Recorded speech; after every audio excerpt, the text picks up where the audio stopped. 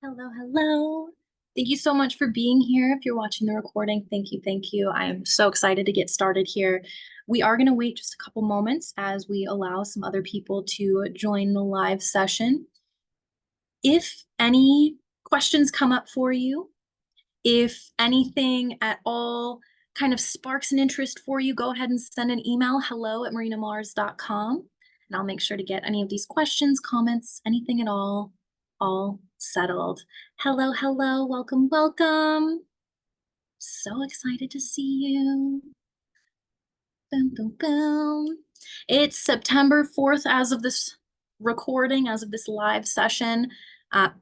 Today's main topic has to do with non-Alc revenue streams. However, a lot of things fall under that umbrella.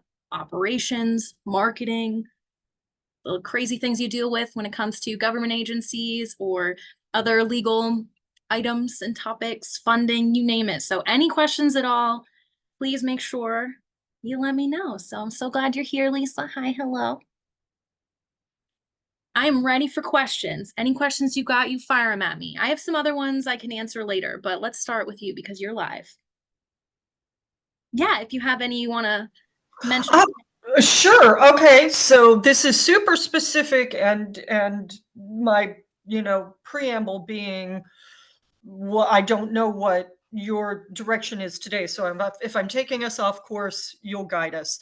So I had a big event on Friday. It went really well, and one of the wins was collecting leads, emails from attendees, because also one of the elements is that I am relatively new to the area I moved to. I moved from San Francisco to Sacramento, and that's enough of a change in a beginning business to need to get established. I've sent out a follow-up email and we corresponded about this a little bit.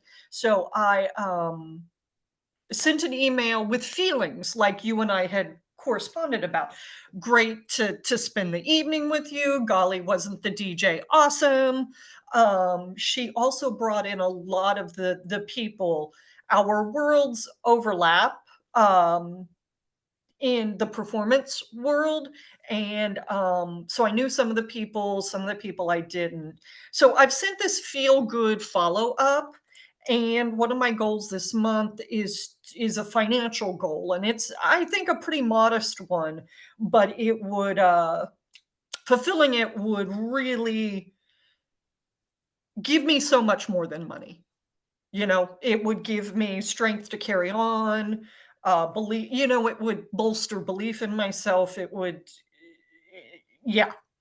So we come to the, what am I monetizing? What do I do next? How do I turn these people into clients? And or one of the other directions could be, I had success with getting them to give me their email address, and I accomplished that through a couple of giveaways.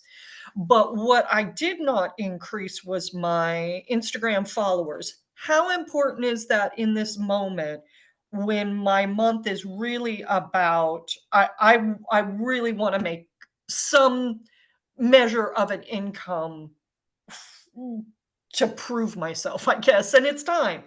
And so those are what I'm sitting with right now, and that next step of monetization. Yay! Well, first off, congrats on an epic event. Thanks. And I love so many aspects of this question that I'm probably going to go on a few different tangents. Uh-huh.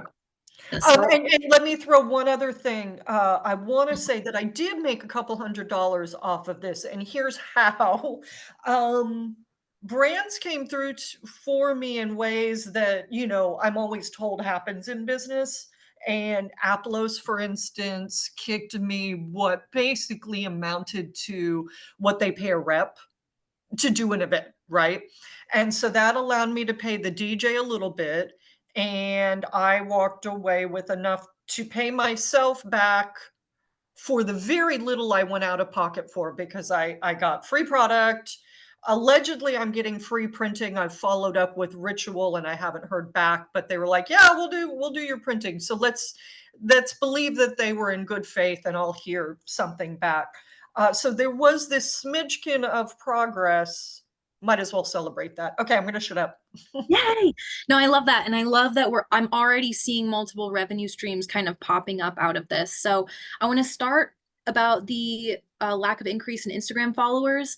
I'm just going to tell a quick little story about how much they don't matter at all. Okay. So I have a coach that there's so many coaches out there in the world. Yeah. And I have had my fair share through the years of the past 10 years of just online coaching in general. And when I first started, I genuinely believed, and a lot of people believed, that your Instagram audience needs to be huge. So do a lot to work on it and get people doing all this stuff. I hated it. I burnt out from it, especially because in the previous industry I worked in as a performer, if I didn't wear enough clothing, for example, in a video, because again, I was an aerialist, so there's certain things like you need your skin showing in order to stick to the apparatus, I would constantly be censored. And I had to work 3, 4 times as hard as someone else to be able to get the same amount of views. But then once people actually saw my stuff, I mean, I had fans who would literally drive a long way to be able to enter the space and do all the fun things. So all of that being said, I went and I sought a coach out myself who said, hey, you don't even need social media to, make money or make a living. It just so happens to be that it's more like a business card. It's more like a link that you send someone just as an interactive business card, proof of concept that you know what you're doing, and there's resources that link you to other adventures, right? All of this being said, my coach makes anywhere between $300 to $500,000 a year, working 5 to 20 hours a week, only doing online coaching in the way that she does. I just listened to her podcast where she just posted another interview of another client she has who had made $1.5 million on a single course without ever touching Instagram, like for the sales, but she had an Instagram just for using it for her meta ads to be able to put the ads out. So this woman who made $1.5 million on this single course over the course of only a couple years, she was able to do so. I believe when I looked at her account, it was at about 2,500 followers because she was only using it for the ads account. And it's not that she was, because you can select with your ads, like what action do you want them to take? Do you want them to just view your Instagram profile? Do you want them to go to a website? Do you want them to message you? So you can take care of your leads in different ways. My coach, everyone that I've been mentioning in these examples so far, they don't send people to their profiles. They send them directly to the sales pages or directly to their inbox if they want to start a conversation about anything. So I just wanted to throw that out there right away, that you do not need a lot of Instagram followers. Number two, going back to more realistic examples from our business here. So I always post this in my Instagram stories. Anytime that I make a tea time video, which is literally me just talking about a topic for anywhere from 60 to 90 seconds, I post that on Instagram. It usually goes nowhere, I'll be honest with you. The algorithm does not like me right now, and I'm not putting a lot of paid ads on Reels right now. I have them pointed in a very different direction. But when I post them on YouTube, I have 34 followers on YouTube. I have maybe, like, if you go on there right now, all the videos that I put up, because I just throw them up there, right? Before they even have 10 views, I get a lead who literally, like, because in my, I make it like, hey, let me talk about a topic real quick, call to action in the video. I'd send them down to the description. They read the description, my links for a free event like this, or a little PDF guide, or whatever it might be. I link it to them, or I ask them, hey, leave a comment, and then I'll let you know. And then I had literally less than 10 views and this happens to me more often than not, where I will literally get a very targeted person who is exactly here for what they say, and I've seen them inside of my containers. So all of this is to say you do not need a following to make money. And the one last very thing I want to say about that is people actually don't, we're at the point where it's 2024.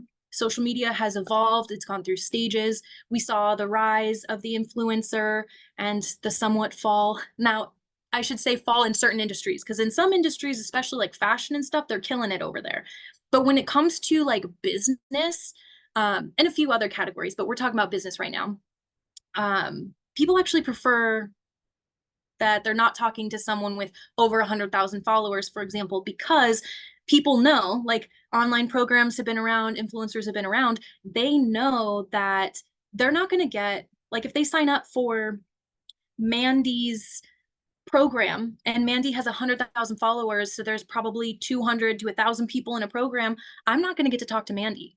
And my personal learning style, like when I went to college, I almost failed my theoretical mathematics degree until I created an entire study group. Like, I need people in conversation to learn.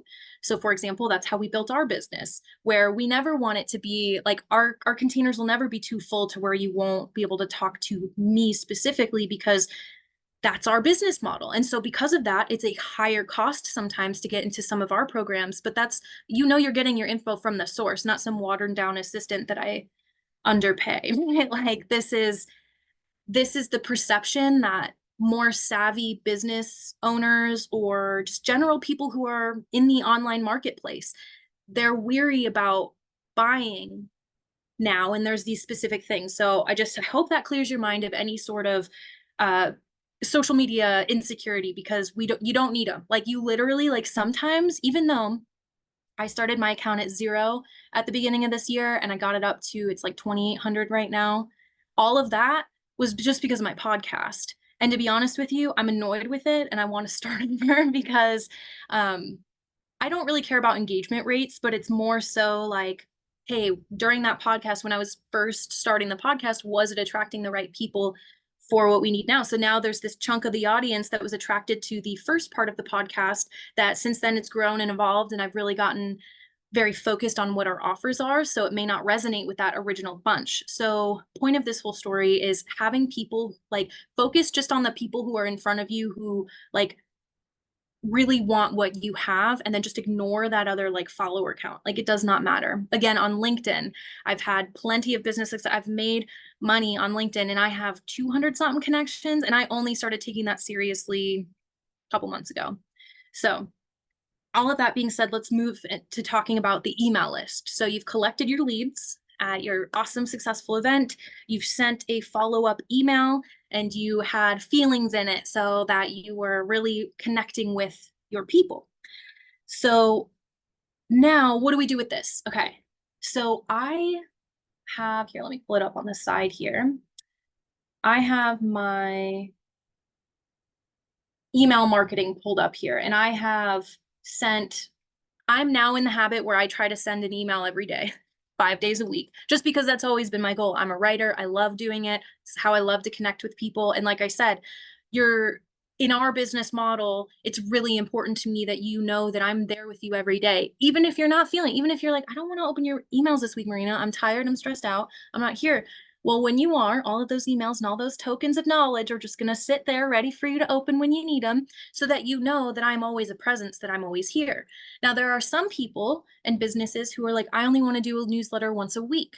And then there's others that only do it once a month. It really depends on, you know, who you are, what you're selling. But in your case, since you're a consultant and event planner, you do a lot more of the socializing instead of just selling a product like a CPG, for example.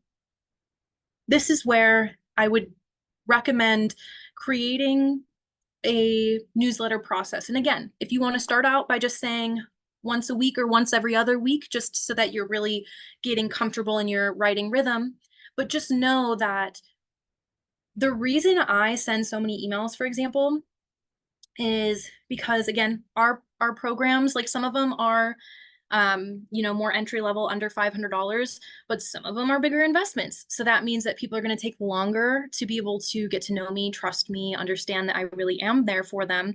So I believe in our first round of launching Bula Boss, I had to send 20 emails. And at the time, our list, oh my God, it was small. It was literally like maybe 200 people on it. So 200 people, 20 emails, then we made 5 sales. And that was about 1,000 a pop. So it's one of those things where it's like, if I take a look at, if I like zoom back and I'm like, okay, so I probably spent honestly about 20 hours, including email writing, social media posts, all of the advertising. I probably spent 20 hours to make that 5,000, not including the time that I spent inside the container. And that was just that very first initial beta launch. So since then we've launched and we've had, different levels of awesome success and helping people. And sometimes I want to mention that we'll be selling Bula Boss in these programs or in the emails, right? We'll be talking about it a lot, but then someone will be like, okay, so that's not what I need, but clearly I can tell that you have this skill set. Can you help me with your menu design? So for example, over the summer, I had multiple businesses ask me to do a graphic design project. So behind the scenes, I was making anywhere from 1,500 to 2,500 per client, just doing some fun stuff on Canva for about 5 hours. And I never advertised anywhere that I did that. It was literally just like I kept getting people asking, and then that ended up birthing another course that we created. So, point of all of that is it's if you can send one email and make a sale from that, you've just I feel like God put something in your life. Like it's really cool when that happens, but it's not like the norm. Like it's normal to have to create that like nurture sequence. Um, but that being said, you're in the starter phase. So let's move into the like, what am I monetizing in order to hit this financial goal? So what I would first start is, send an email next time you have a chance to say, hey, this is what I do. I'm Lisa. I do these things, but I want to hear from you. Like, what do you do? Get that market research, because I feel like oftentimes, especially inside of our container discovery phase launchpad, people, they know that they need to be looking for somewhat of market research for the beginning of their business plan to get the idea. But we actually need to be in the habit of doing this quarterly. Inside of the discovery phase launchpad, I'm really excited about this next round because I made this workbook that is currently 126 pages and it keeps growing. But part of it, there's literally a whole section of questions you can ask people for market research and a template for actually organizing the information that you receive to turn it into something that's actually useful. So point of this story is you do this, if you get into the habit of doing market research pretty much quarterly or whenever you want, anytime you're curious, you're just like, hey, I'm curious, guys, let me hear from you. What's your favorite color? What's your favorite drink? What do you really like? What do you hate about these drinks right now? Like you can make it spicy, you can make it sweet, you can play around with all the different things. Like sometimes I'm straightforward with my audience, but I've lately been trying to be like super clever with my email lines. So I should be like, hey, if you want nothing to change, continue doing exactly what you're doing. Like just get that emotional response, not in like a pokey ouchy way, but just like, hey, like there is a way. So let me entice you to come in so that we can have a conversation. And what I actually did in the very beginning, and actually I still do this, and I use my podcast to do this.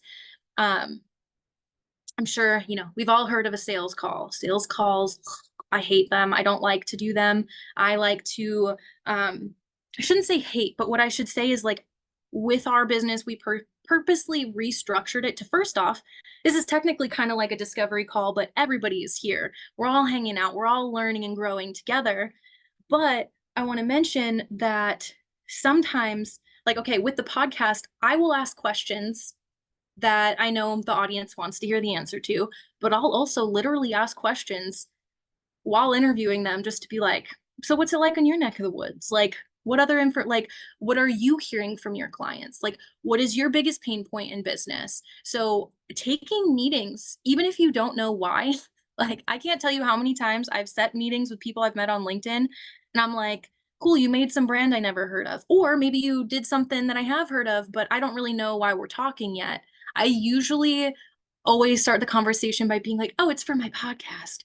But in reality, I'm like, which is true, because if the conversation goes well, they will definitely end up on my podcast. But sometimes we don't know what we don't know until we're in conversation, and then it sparks like the next greatest idea. One time I was even in a horrible call, like with someone that like, I'm telling you, I did not appreciate a lot of what they had to say. They named their product something that I completely disagree with. But, and I honestly, it's not that I wasn't looking forward to the meeting. I was just genuinely like, what can I do to make this valuable for both of us so it's not a time waste? And so I had started to ask questions, and I'm like, look, and we'd given each other permission to be honest, which was awesome. So I was like, hey, I'll give you free info if I can ask you some deep questions about some choices so that we can really understand.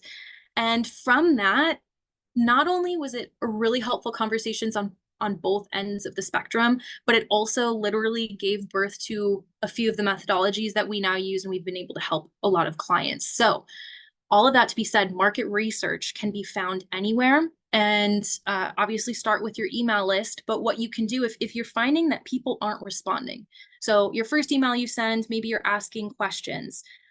Then if no one's responding and it's like, okay, what do I have to do? Like rephrase it, call it a strategy, a free strategy session, call it a free like a discovery intro call. You can call it whatever you want, any fancy term that you want, but literally kind of just be like, hey, like show the value in your time, because it's like, I'm going to ask you questions, but also you have the ability to ask me questions, and we can see how we can help each other.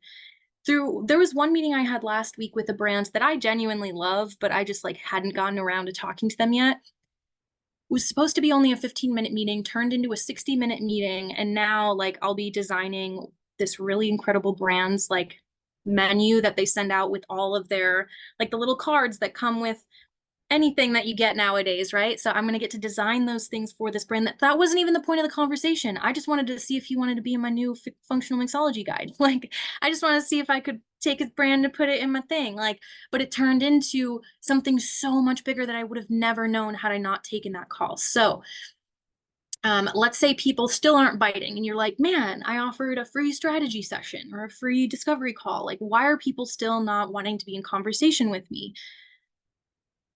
That's where, so if you ever see, especially influencers who are like, hey, I would love to just take 15 minutes of your time and I'll buy you your next coffee. All they do is they literally buy a $5 to $10, well, now it's 2024, so it probably has to be closer to $10, but a free Starbucks card. Or if you're in a specific area that there's like a coffee shop in Sacramento, for example, that everybody loves, and you're trying to talk to someone specifically local, hey, let me buy you, or I'll get you a gift certificate to this if you just give me a little bit of your time. People, I mean, I've bought on that multiple times, and not even because I can't afford my own coffee, but I work in the beverage industry specifically because while I'm a tough woman that can do anything by myself, I love being served. I'm Midwestern, so like we overly thank people, and we're like, oh my God, you got me water. Wow, that's so kind of you. Like I live inside of that feel. Like I love that feeling. I love providing it, but I also love when people provide it for me. So the concept of getting that coffee that I could have totally gotten for myself, but that person, they bought me this coffee, and then I'm gonna go to that, and then another person will serve me. So I just got served twice. Like some people are just really into that. I know I am. So another example of how you get that information. Next thing I want to mention, beta launches. So, for example, Discovery Phase Launchpad. The first time I launched it last month, technically it was something I knew that was an idea that I had, and I knew because of the feedback I kept getting from the reason people couldn't sign up for Bula Boss was because it felt too advanced for them. It like even though they hadn't seen it, like that was just the judgment they made of themselves. It's not too advanced, but point of the story.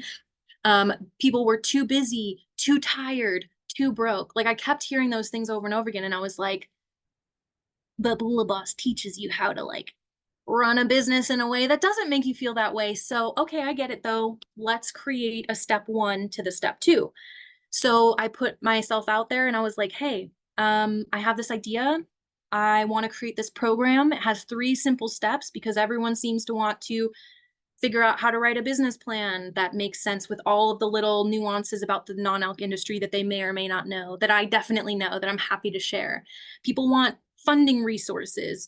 And then lastly, a lot of times I've seen other programs out there. I'm not the only person in this space talking, but I've noticed that I'm the only person providing certain aspects of support, actual templates, actual like roadmaps and things like that. So all of that being said, I just put myself out there. I'm like, hey, is anyone even interested in this? I did not start building it until people were already handing me money. And the reason is because if I had an idea and I fully built out this thing, I spent the whole month like hidden, right? So I'm not here, I'm just like typing away on my computer, making a thing that no one freaking wants, like, then I just wasted everybody's time. But because I put myself out there and I was like, hey, I'm thinking of doing this thing. Who's interested? And then, I got my first couple sales for it and I was like, okay, this is a real idea. So I built it out a little bit more just that I could put it on more platforms to get more interest. Boom.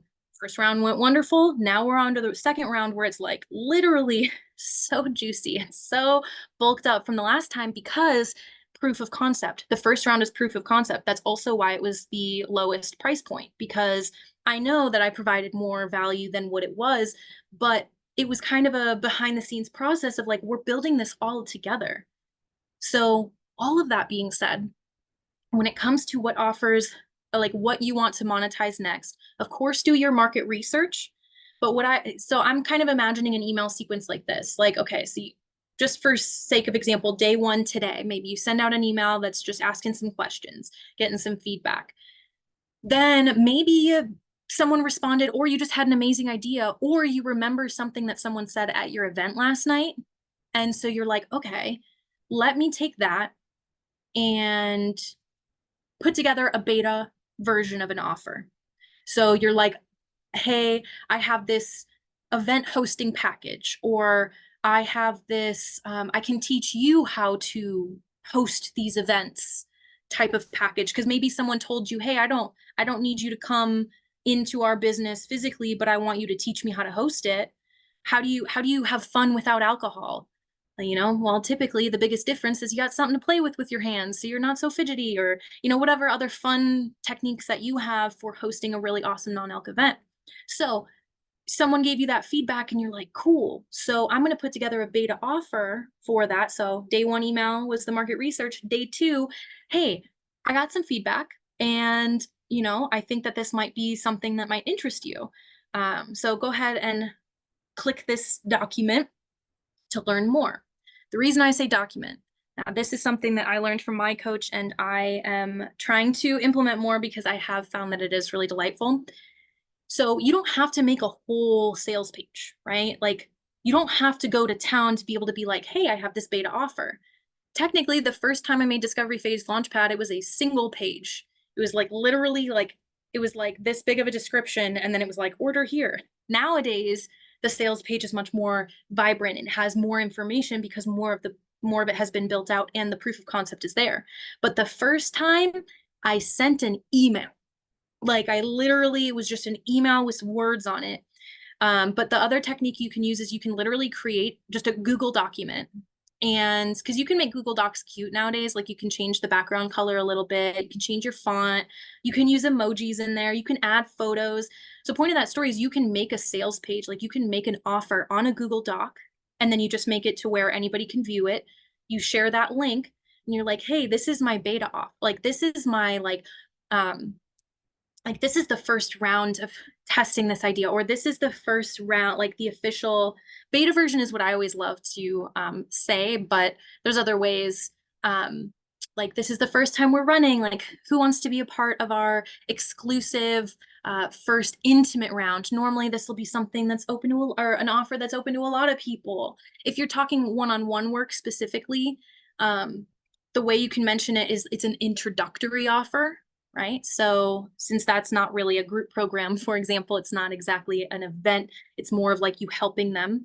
But point of this is when there's something intimate about sending someone a link to a Google Doc because while it is professional, it has all your information, it feels very behind the scenes, which means, again, if we're talking about that difference between a 100,000 follower influencer and someone with 2,500, I can already tell the fact that this 2,500 follower with follower count who's sending me a Google Doc, like this is a really intimate experience. Like I'm really with that person. So again, you don't have to fully build out an offer to start selling.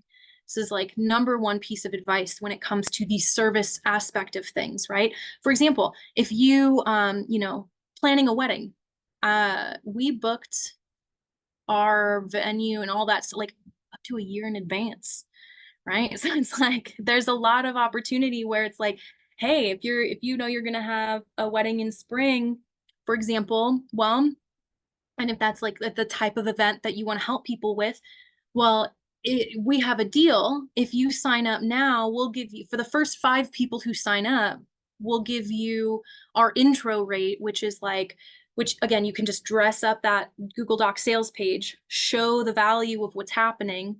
And then from there, you just like cross it out with red and you're like, but we're only charging 1,000 instead of the $3,500 value that this truly is to show people the value. You're teaching them what you can provide them, but you're also showing them through that sales psychology of like, okay, not only is this the value of what you are like receiving, but also just look at this really great discount you're getting technically. But also, I want you to understand my thought process because there's a lot of thought and work that goes into this. Because if I just say, hey, I can help people with discovery phase, no one's going to bite. But if I go hard, they will.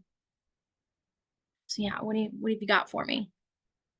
So 2 questions. The first one I feel like is a little bit elementary, but I Oh, do receive your email. And the last time I was, pitching to people was probably about 4 years ago now.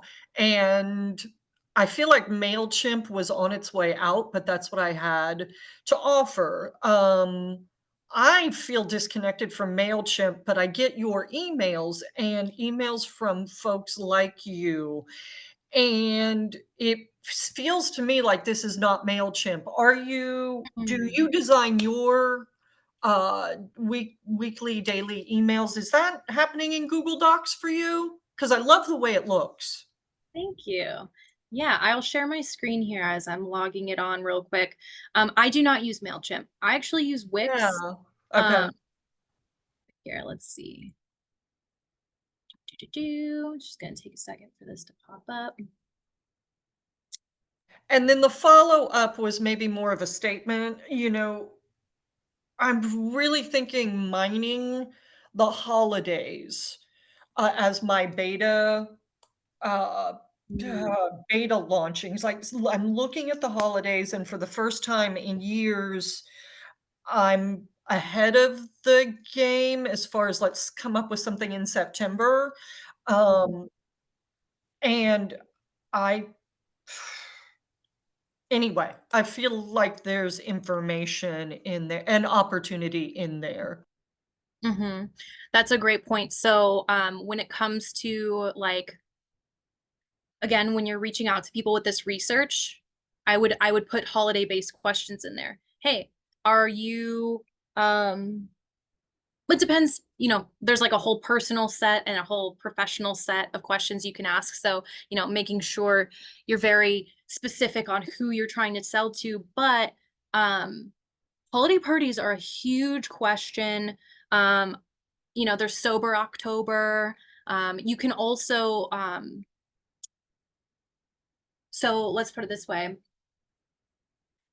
My favorite way of inviting people in to see all of our paid offers is through like free challenges, free events like this. And so, for example, this morning I just saw one where someone's doing a 7-day challenge for well, she's a lawyer, she's a trademark lawyer, but I thought it was so beautiful and elegant how in her 7-day challenge, the first 5 days was all about like because she, again, as a trademark lawyer, usually people who are in the discovery phase of business don't even start thinking about trademarks yet.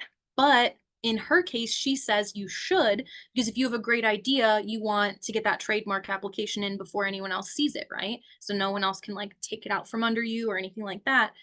And so what she does throughout this 7-day challenge is she gets you to fall so deeply in love with your idea so that by day 6 and 7, as she's presenting like, hey, you've spent this time falling in love with your baby, so you don't want that baby to like die, like you don't want that baby to like go anywhere. Here's how you protect your baby. So now you've gotten people really like emotionally connected and charged with what you're doing, again in a respectful, responsible way. And now I'm sure, like, she's launching this next week. I'm sure she's going to have an incredible time, because anytime I've done 7-day challenges, 5-day challenges, whatever, I've found similar types of results as well. So just as an example, you can provide, um, just to kind of show people what you're talking about. And it's not that you are, um, so let's put it this way. When it comes to free events, like, yes, I'm giving a lot of like information out right now.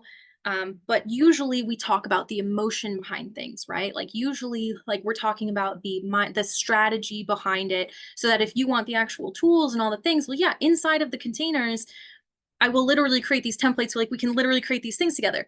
Right now, we're just in this think tank session of getting really like excited about the next thing that we're gonna do, right? So it's the same thing that you can do for the holiday season, right? If you know that, ooh, gosh, especially because you mentioned that you want to work with corporations and like helping corporate like office parties, for example, up level into the new year. I mean, 2024 is going to be the year of like different office parties. I can tell you that right now.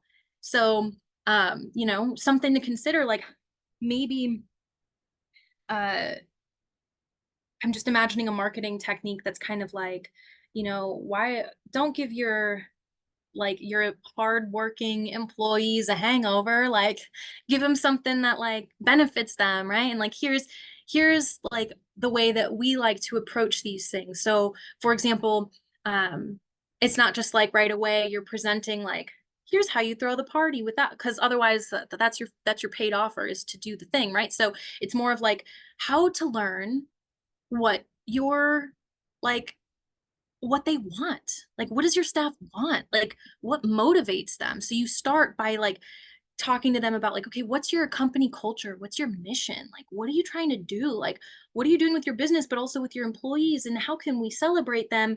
Boom, at the very end, now that they're emotionally charged and thinking about how much they love their employees, well, let me present to you the best gift that you could give them, at least in this context, and the value behind it.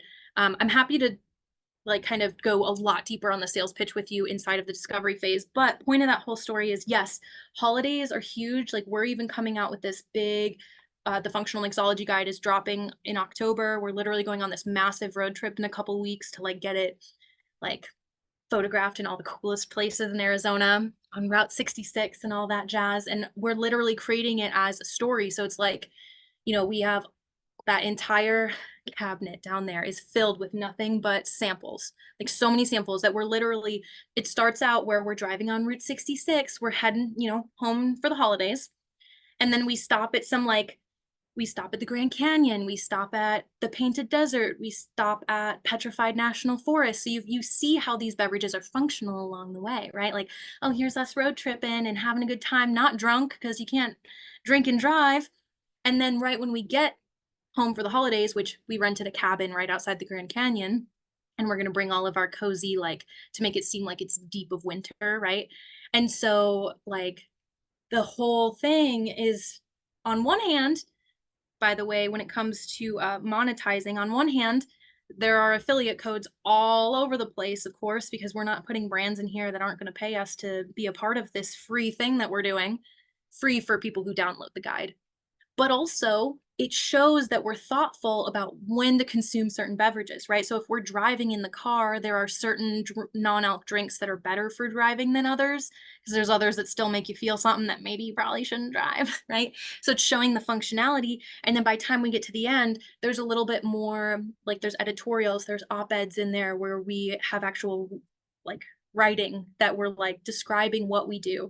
And of course, since it's our own magazine, all of the ads are for our programs. So like while people are on this journey, you know, just like when you're reading a Vogue, half of the fun is actually looking at the advertisements because it's a fashion magazine. It's the same thing. So you can create these, you know, there's a lot of different ways to monetize, is what I'm saying. And as you found out, you were able to bring in those brands um, who, you know, for your event, they had started oh, here's a budget for marketing, or here's what we would have paid our brand reps. I want to share my screen real quick. Okay, so this is so there we go. So Booze Biz is it's like a job site for non-alc people. And I remember I put in my application, or not an application, I submitted a form on here a long time ago, and I literally was like, I don't want to be anyone's employee, but if you happen to have anyone who has like contract work or needs help with this is what I'm good at. So I got this email that was sent out to everybody on the list that's just like, hey, here are some job openings. So I just want to mention real quick. Um, brand cultivators, sales consultants. I mean, I see this all the time, right? So it's like, we're moving to a different phase in the job market where a lot of people don't like, it's a gig economy, plain and simple. So there's a lot of brands that like, it's funny because they can't find the right employees to fit the positions because a lot of really good employees ended up becoming entrepreneurs and they just want to do their own thing. So what I recommend and suggest is like, you know, right when I saw this morning, I actually thought of you. So I saved it for for this. And I'm like, you know, like literally, for example, brand cultivators represent 4 to 6 brands with 2 to 4 SKUs each, enough to fill a bag and create a mini portfolio, blah, blah, blah, blah, blah. So there's already like some of these jobs. I mean, look at this one. We, um, there are My favorite thing is finding jobs that people think they need employees for, but then you message them as an independent consultant. And when there's a company who is not like doesn't have to pay any like employee tax, right? Now you are a service. Like you are actually way cheaper, even if your price point feels high and scary, even if they pay $96,000 to you instead of an employee, it's actually cheaper to pay you because of that employment tax, right? And all the other things that go along with having employees. So that's my next recommendation when it comes to monetizing and finding people who, because you're ready to start making money this month, right? Like you've already had a lot of the conversations with yourself, you've already set up a lot. So now this is like, okay, where do I go out and do the things?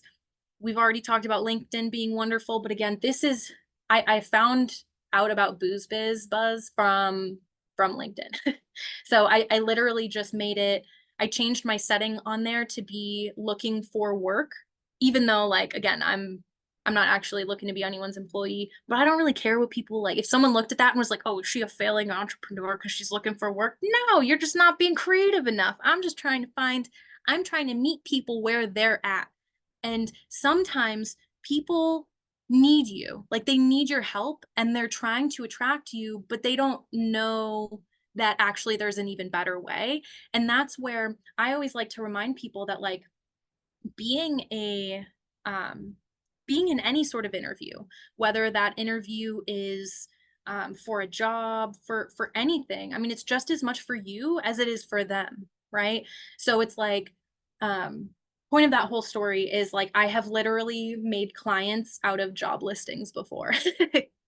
Because they're literally, I mean, it's them going on the internet saying, hey, I have this problem, I have money that I'm willing to put at it, who can help me? And you know, some companies are going to be a little uh you know,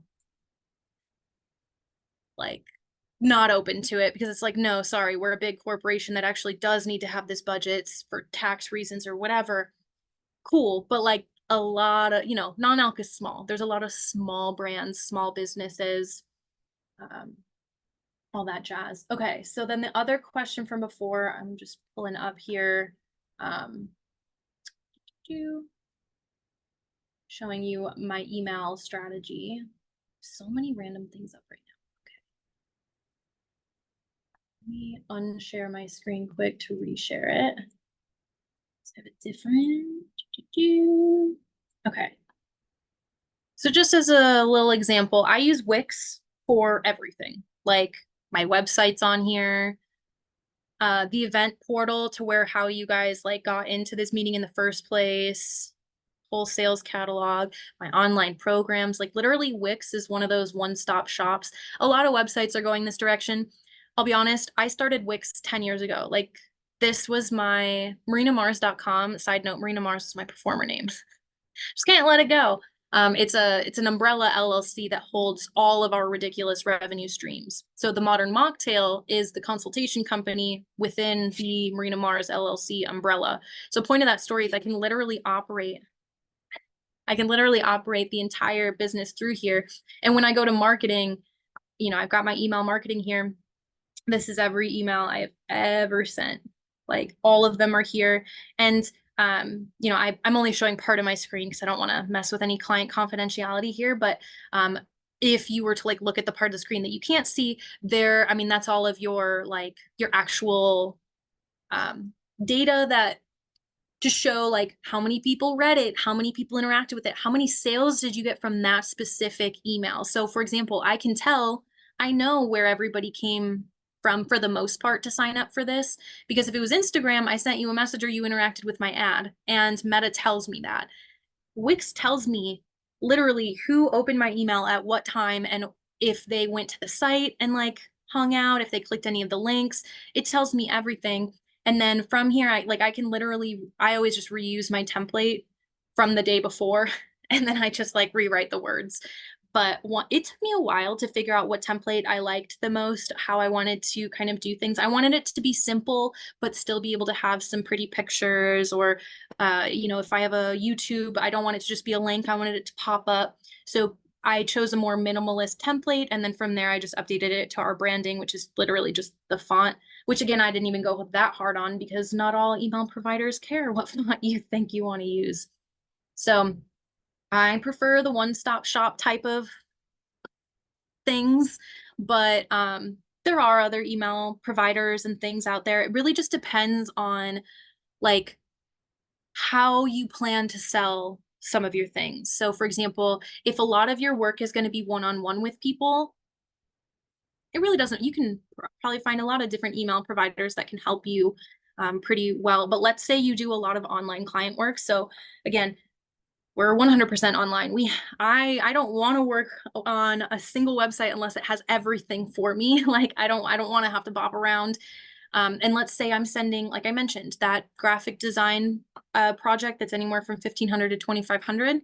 I need to be able to send that invoice, and I want to be able to see those email statistics alongside my email marketing, but also I want to see it alongside my courses, because it'll tell me, hey, this email came from someone who's in this course, so it automatically categorizes it. So if you have a lot of online stuff going on, that's where I recommend, Wix or something like that. But again, even my own coach uses like 7 different random like things, and she like connects them all together. I'm like, that's good for you, but I'm not into that. I want a one-stop shop. Alrighty.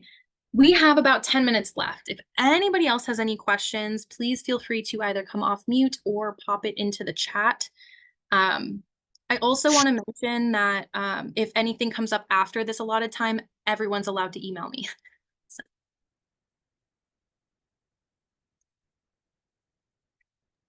Hey, hey, hello, hello. I'm glad to be here. My name is Nigel Madison. I think me and you interacted on IG a few days ago.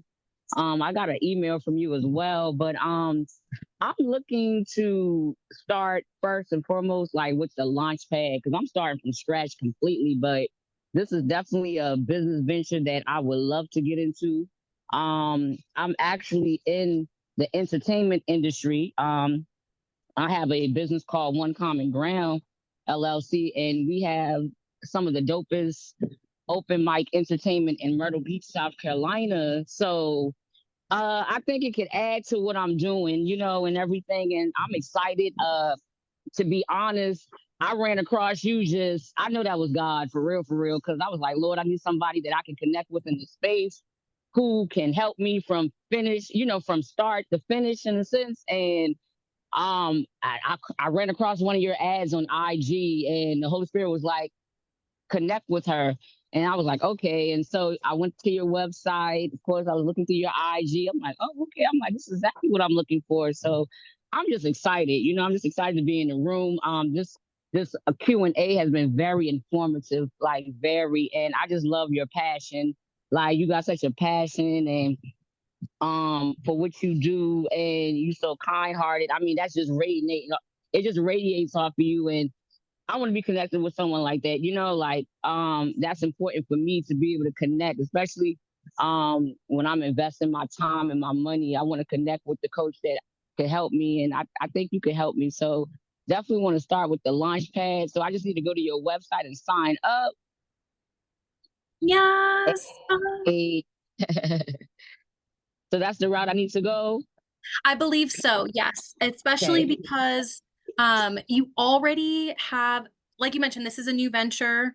Even though you already have experience being an entrepreneur and doing the thing with the event company, I think that the discovery phase Launchpad will help you quite a bit when it comes to getting the clarity on, first off, it as its own entity, but how it will interact with the one common ground that you already have. And I want to mention, like, I got goosebumps as you were talking, because first off, I pray every morning that anybody who needs my help, just like send them my way, because like, yeah, I prayed for you. So I'm glad you're here. And I also want to mention that, like, I have a performance background. I worked, I traveled the country quite a bit, but I did a lot of event production in Vegas. And what actually got me to stop like doing what I was doing before and kind of move into what I'm doing now is like, it broke my heart to be like at the peak of my career. Like can you see them from here over there? I won those medals. I got a gold, Wow. I got a bronze at nationals. That's how good of a performer I was. And then I even made it to the Hall of Fame. But then COVID hit and I got sober at the same time. And I'd started to realize the gross, like, underbelly of the entertainment industry. And I Right.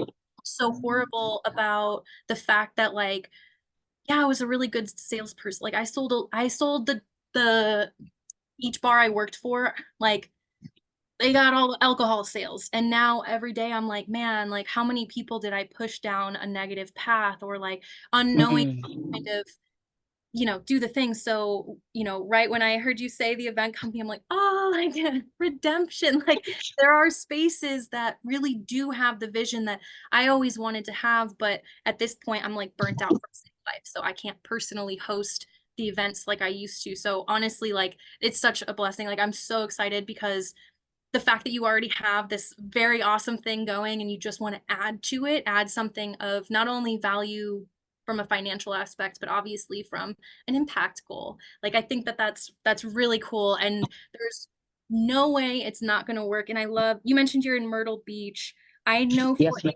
fact that there's not a lot of competition in that area, but there is a lot of demand, because I've received a lot of random people who listen to my podcast. I've had a few DMs that are like, are there any places around Myrtle Beach? Like I've literally had that DM twice happen to me now. So now I have an answer. I'm gonna send them right to you.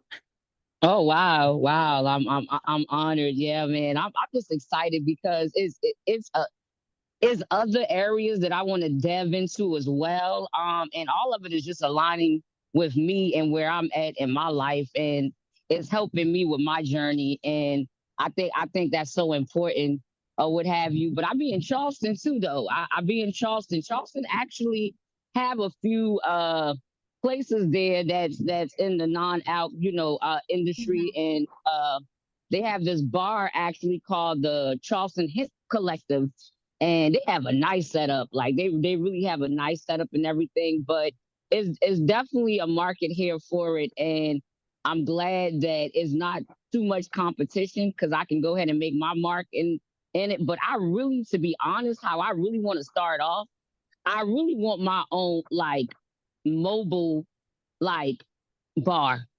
I want a mobile bar, literally, like, because there's so many festivals and events that happen in my area, and I just want to be able to pull up, like, just pull up on the scene and just sell me as an individual, because I'm just entertaining just in and of myself. It's all about that experience that you can create for people. And so, I want a mobile setup first and foremost, kind of like a food truck, but it'll be a mock bar, and I think it was really nice topic. And I'm it, it, Oh, you're cutting out a little bit. Couldn't hear you at the end here. can you hear me now? Yes. Yeah. Be able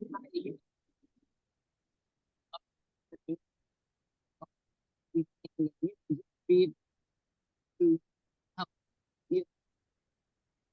you and we really. Oh, I think you're cutting out a little bit again.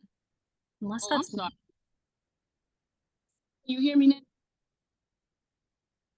It's like I hear you right when you're just like, can you hear me now? And then right after that, it cuts out. In a bad area, but my There we go. apologies. Okay.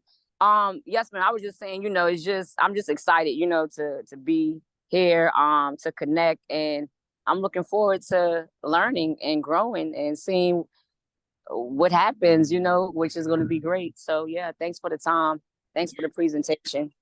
Yeah, absolutely. Thank you. And I want to, really echo that the mobile bar to start is such a great idea for so much like long-term stability with the company because um number one, of course, it's great exposure, going to all the places and meeting people where they're at, not only literally like you pulling up, but like figuratively you're meeting people where they're at. Like some people and I've noticed this from just working at the kava bar when I was like a server behind the bar every day.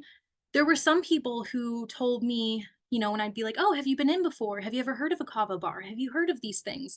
Some people would be like, yeah, I've heard of you and I've wanted to come for like 6 months, but like something's holding them back because that sobriety journey for some people is really hard and scary, or they're still like, some people have a hard time, like, when they want to make that good, healthy decision, but they haven't changed anything about their environment yet.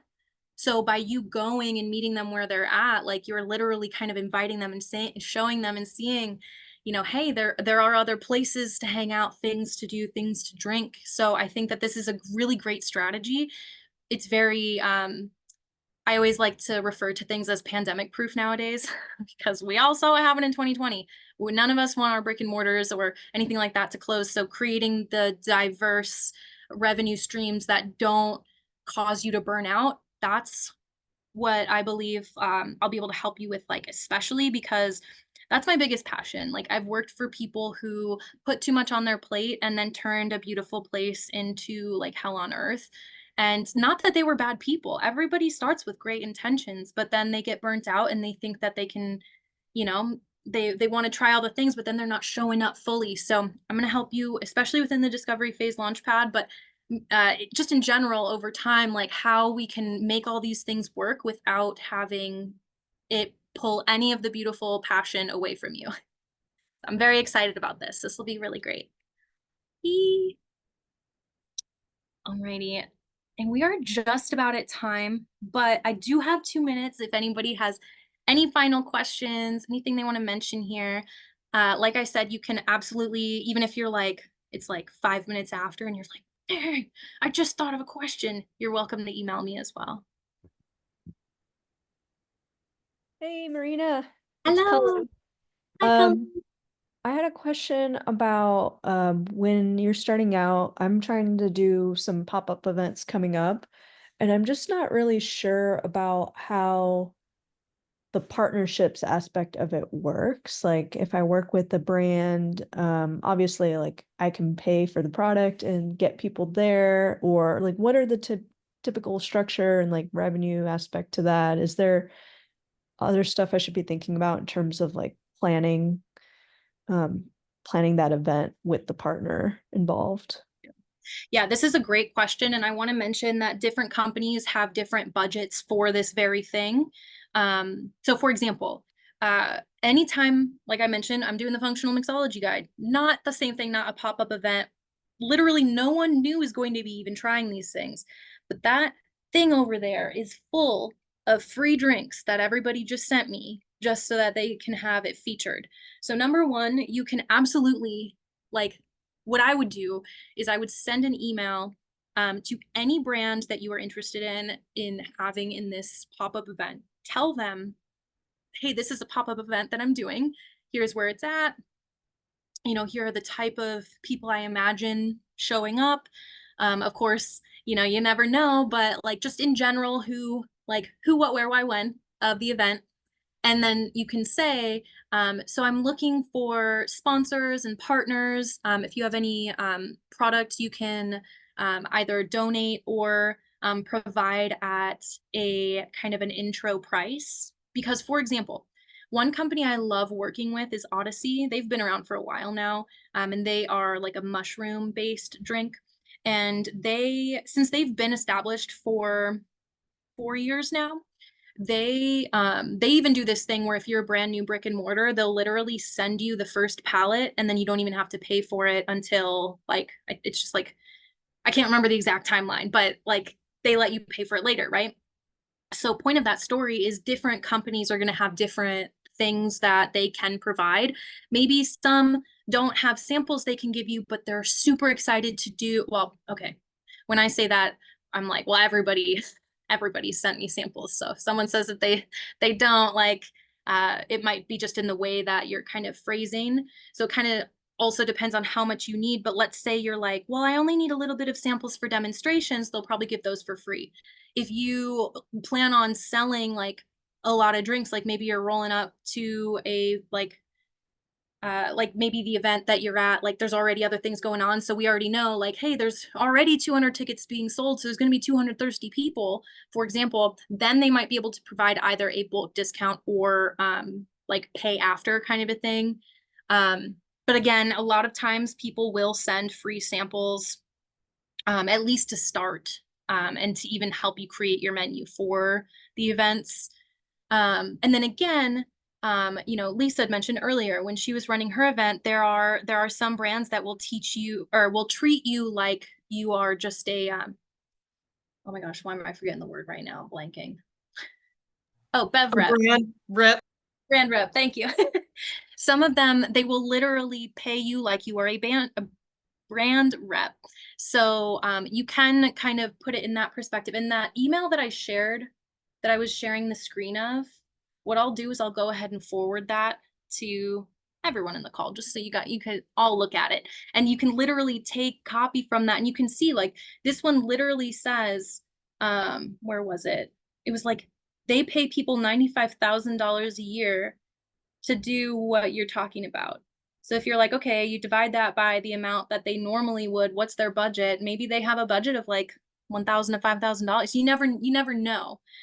So yeah, basically when you send those emails, you can say, hey, I'm doing these events. This is what I'd like to do. I love your brand. I would genuinely love to rep your brand. So, you know, however you can help me put this together, you know, I'd be very open to. More often than not, if I am only in email conversation, I do not get as great of results. I always like to, like I mentioned earlier, I just love intro calls with people of different kinds. Like I said, I don't like sales calls. I like intro calls where we talk to people and see if something's a fit. So all of the opportunities, every free product I've ever had, I always have somewhat a meeting for at least 5 minutes, right? And I want to mention someone I know off the top of my head who's always down. So for example, Ian of All the Bitters. We're all big fans. We all love All the Bitters. I have all my tiny dinos always right here. They literally send me, like, anytime I'm like, hey, I'm doing something. I didn't even finish my first samples, like from the first guide that we did, but I just let them know, like, hey, I'm going to feature you in the next one. Like, all good. They sent me a brand new one with extra tiny dinos. And I even got like, you know, the little bottle opener. I got like cute little, all the things. So point of that is just that, that's an example of a brand that it's not like you need more than just the sample pack because they're bitters, right? Depending on the size of your event, of course, maybe you're having a super big event. But yeah, there's brands that can absolutely help. Just have those conversations. I literally had, yeah, just start out by saying, I can just 15 minutes of your time. And if you need help getting in contact with any particular brand, number one, I would start on LinkedIn. So find the CEO, find the founder, and like try to get a meeting with them. Because for example, like Curious Elixirs, they're an amazing brand for helping the industry, but do you know, like they're like one of the only brands. Granted, they sent me samples, they're part of all this stuff, but like they're the only brand that I haven't talked to the CEO. Like every other brand of every other size, variety, like I've talked to every CEO, but there are some that like they're just, that's not the structure of their business. They just have different things. So point of that story is I find the most success yeah, by finding them. If they are just like a single, like, you know, that's just like one person behind the brand, then Instagram's usually pretty easy to reach out. But let's say you're just having it's just not clear, or maybe the social media manager left you on red, because that happens sometimes. Go ahead and pop over to LinkedIn. You can also check contact forms on websites, but I highly recommend, like, I feel like I'm allergic to contact forms because I genuinely believe like 50% of them are broken on planet Earth. So I always look for the actual email address somewhere on the website. But if I do end up only getting to send a contact form because that's all that they have available, then I will also go to their Instagram and be like, hey, I filled out your contact form, just to be like extra, because just know, like, you're never annoying in this situation, like ever. If you have to reach out multiple times, like there's one brand I've been chasing forever called Magic Cactus. That sounds like it needs to be its own a movie right there. Chasing the Magic Cactus. And I've just been chasing them because they were super busy this whole summer, but they're based in Arizona. They literally use prickly pear juice, which I'm like obsessed with. Like I am like such a fan of the Wild West. I'm gonna die out here. I love it. So like point of that story is I wanted that brand like personally so bad in the upcoming functional mixology guide, but because it's just this one guy and a couple of his friends, he was busy for like 2 months, and I literally just kept being like, what up, Johnny? Like, and I kept like, I'd go to their social media and I'd be kind of annoying. I would just like and comment on all their posts. Wow, this is great. Like, I just like literally was just being extra until one day he finally reached back out and was like, Marina, I'm so sorry. Like, festival season made us so booked that I like forgot I had an email for a couple weeks. So then, you know, now we're back in business and all that stuff. But point of the story is, like, to this day, I have never been, I've never had a negative experience. And if you do, doesn't that speak to their customer service? So like, why would you want to represent them anyway? So if they give you the cold shoulder, just know like that says something about their brand, or that they're too busy, but it says nothing about you. So hopefully that helps to start. Again, if there are any particular brands that you need help reaching out to, just let me know. Just send me a quick message. And if I already have their email, I will literally send a linking email with me, you, and that person, so that like you have that intro. Liquid Alchemist. It's a prickly pear syrup. Ooh, I'm gonna try that one. I don't think I've tried that one. Almave is the other brand. Okay, I will take a look. They might be in my database. If not, I'll let you know what I find. I'll do some super sleuthing. I can usually find, I also have some nosy friends that used to work with me on my team at my last job, and they're like literally the best internet stalkers ever. So I will literally be like, girl, can you go find me this contact I need, and we'll figure out a way to get in contact with them. Sweet. Yay. Well, this has been super fun. Thank you guys so much. Again, if any other questions come up, you know where to reach me. Although Lisa and Cully, I know y'all are already in the discovery phase launchpad. So if you want to fill out any of the like the actual question form to go deep, like I will literally record you guys like Loom video responses. And anyone else who's watching this recording after the live session, the same can be said for you if you hang out in the discovery launchpad. Discovery phase launchpad. There we go. All right. Thank you guys so much. Like I said, I'm going to send that email. So if you want to look at that booze biz industries jazz, but I got you otherwise. So I hope you have a great rest of your day. Thank you. Thank you. You guys are the best.